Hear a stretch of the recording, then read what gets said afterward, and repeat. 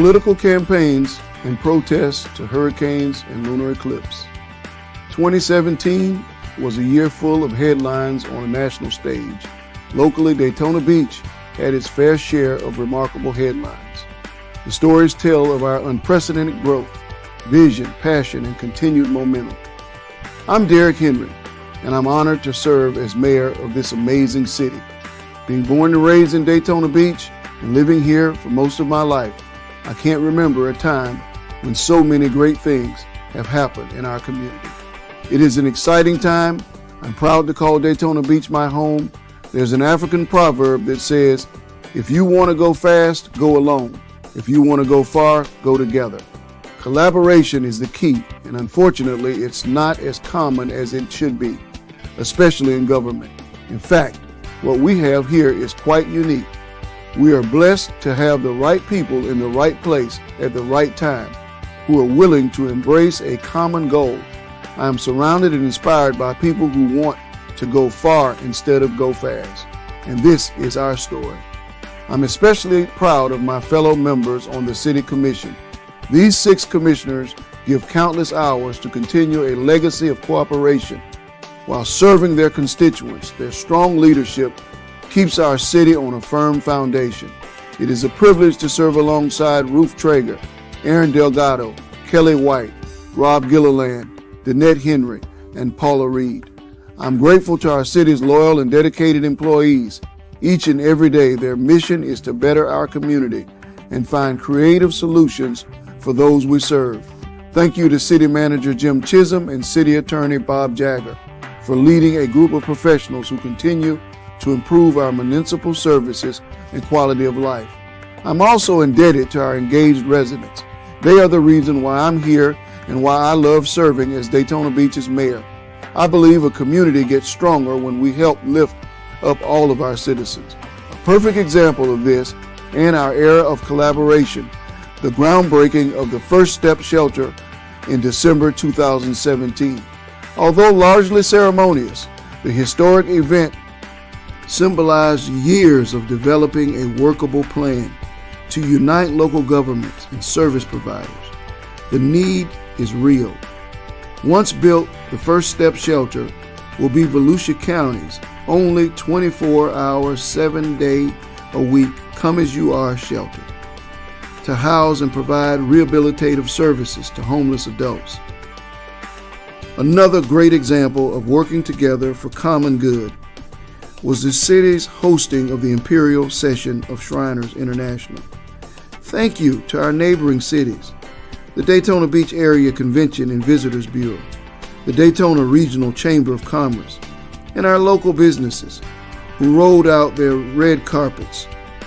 Their 5-day stay accounted for more than 11,000 room nights at area hotels, and many enjoyed the family-filled events which were open to the public, including the Shriners' signature event, their parade along A1A.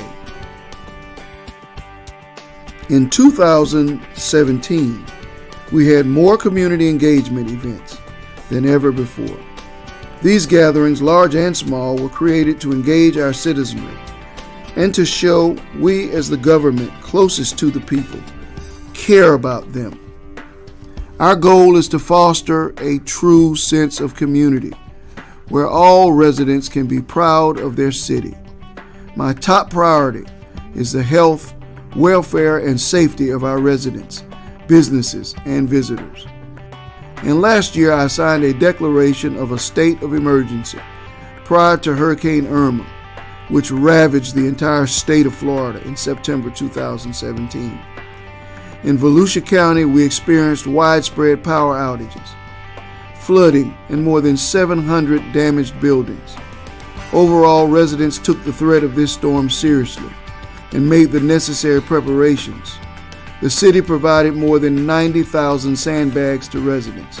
City crews and specialty contractors worked 7 days a week to clean debris from roadways and to try to quickly instill a sense of normalcy to people's everyday life. There is a tide of excitement in Daytona Beach right now. After years of waiting for the ball to start rolling, it certainly has. Every part of our community has been affected by progress, with more businesses opening its doors, existing business owners investing into their establishments, and more jobs being created. Large capital projects were completed, while others started and some were enthusiastically announced. Since I've been giving these annual addresses, the Orange Avenue Reconstruction Project has been reported on each year. I'm happy to report this multi-year project is substantially completed.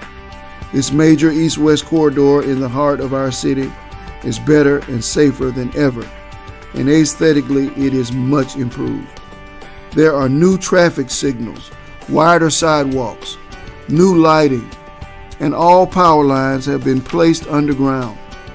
A significant part of the project is under the road in updated stormwater, sewer, and water distribution systems. This new infrastructure will service our Midtown residents for decades to come. Just around the corner from Orange Avenue, the Campbell Pool Facility, which is next to the Dickerson Center, reopened in June after being closed for a year because of their condition. The swimming pools were completely refurbished, and a state-of-the-art geothermal heater was installed so the pools can remain open year-round. There was new playground equipment installed in Sunnyland Park, and in 2018, a lighted walking trail will be upgraded, and the existing basketball court will be resurfaced and extended. Old cracked sidewalk on Nova Road from Bellevue Avenue to South Street was replaced with a new shared use trail. The new 12-foot wide trail is ADA compliant. This pedestrian-friendly improvement was funded by the Florida Department of Transportation. A new sidewalk was built on Hosenbach Avenue from Bill France to the Volusia County Health Department. This sidewalk greatly improves the safety for pedestrians going to the health department.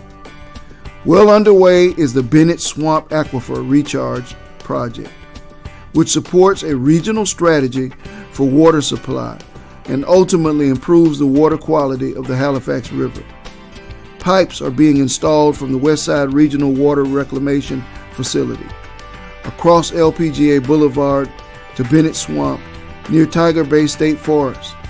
The project will redirect 4 million gallons per day of reclaimed water to reestablish hydraulically stressed wetlands, recharge the aquifer, and provide refuge for wildlife.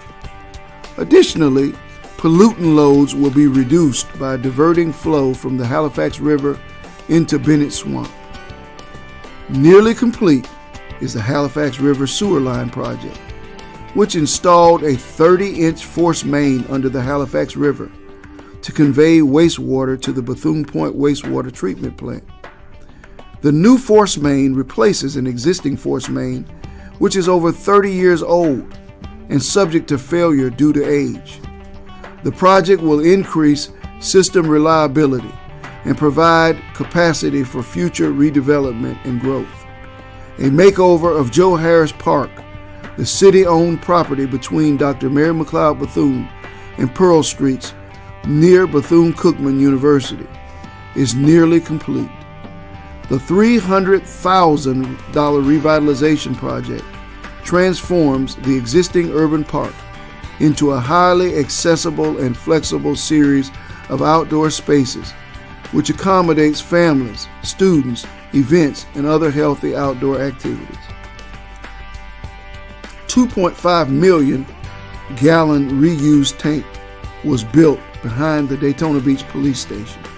The tank and pumping station increases the capacity of the city's reclaimed water system and significantly increases its reliability in an area of the city which is experiencing high growth. In addition to water conservation benefits, this tank will store and pump reclaimed water to consumers instead of discharging it into the Halifax River. The historic oceanfront bandshell has been a jewel in our community for 80 years.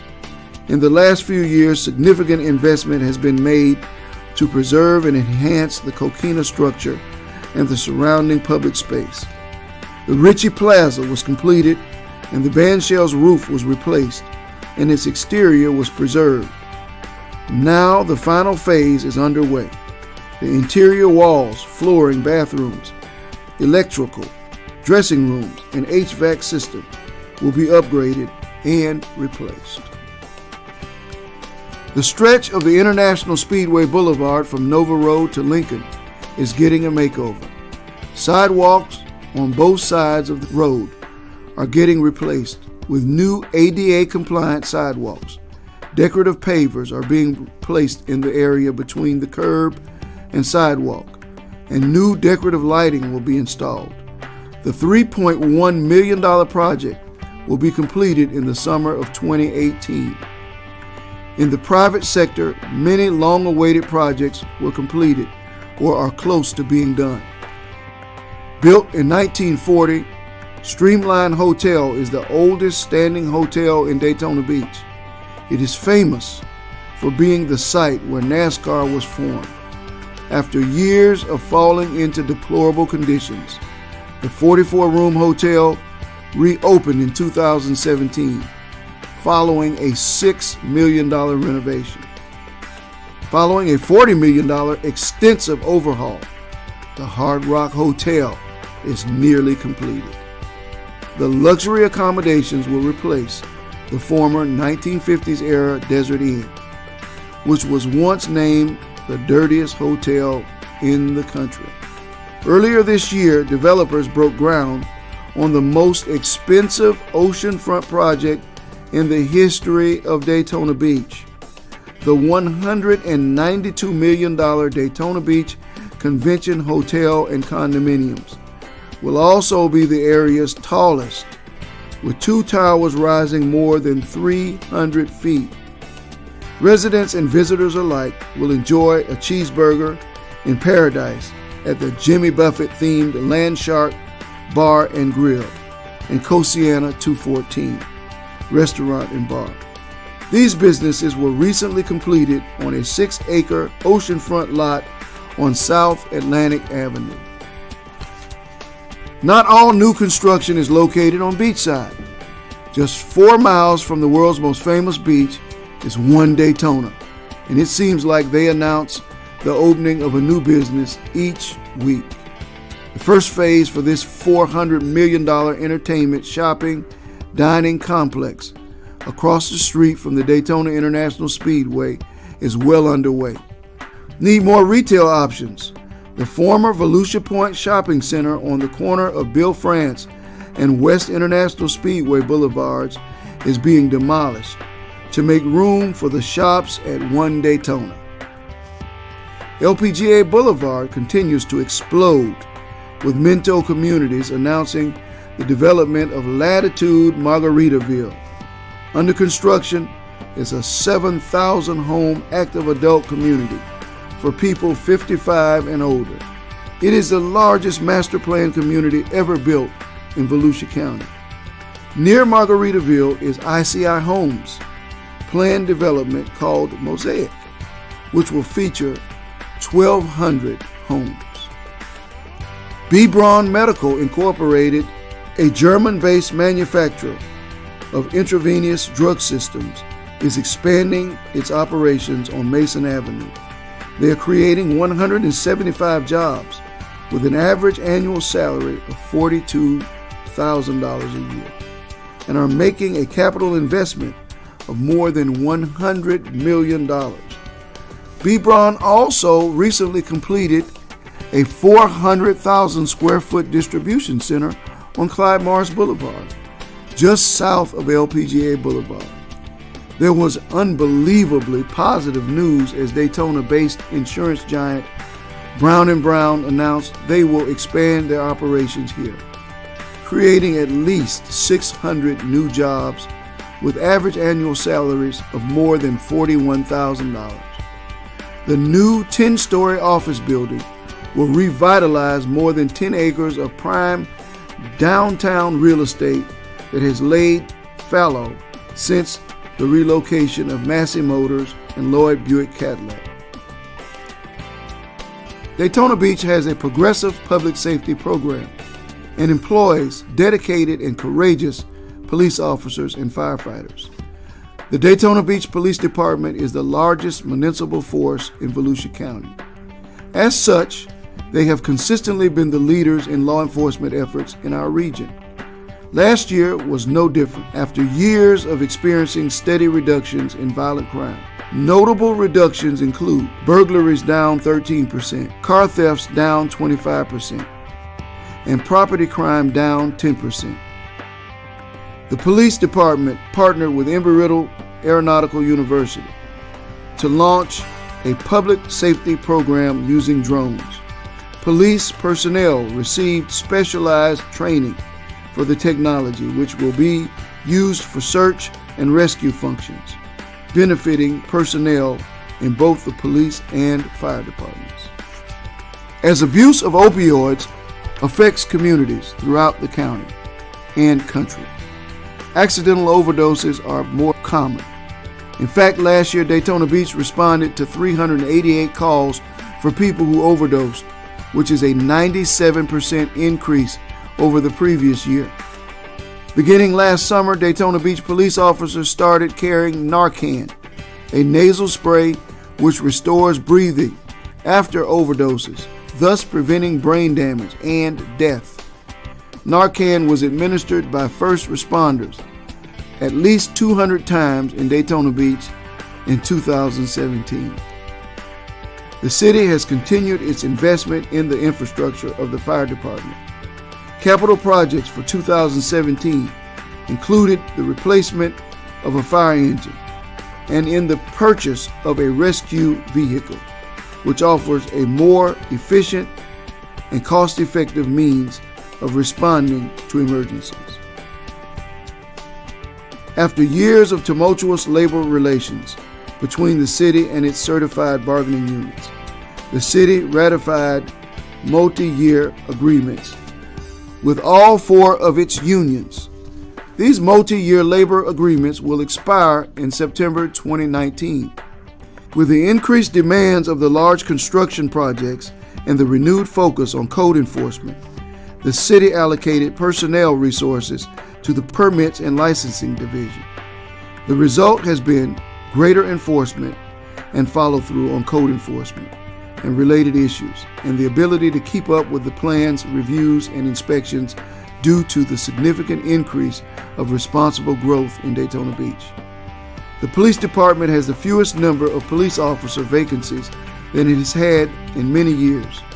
25 newly hired police officers have begun their training and will be on the streets after successfully completing the extensive and exhaustive departmental training and field training programs. The city continues its workforce diversification efforts to better reflect our diverse population. Of the new hires for 2015 through 2017, 39% were minorities and 37% of promotions were attained by minorities in the same period. What this means is, at the end of last year, minorities accounted for 27.3% of our total workforce, which is up from 25% in 2015. Thank you for joining me and watching some of the highlights from 2017.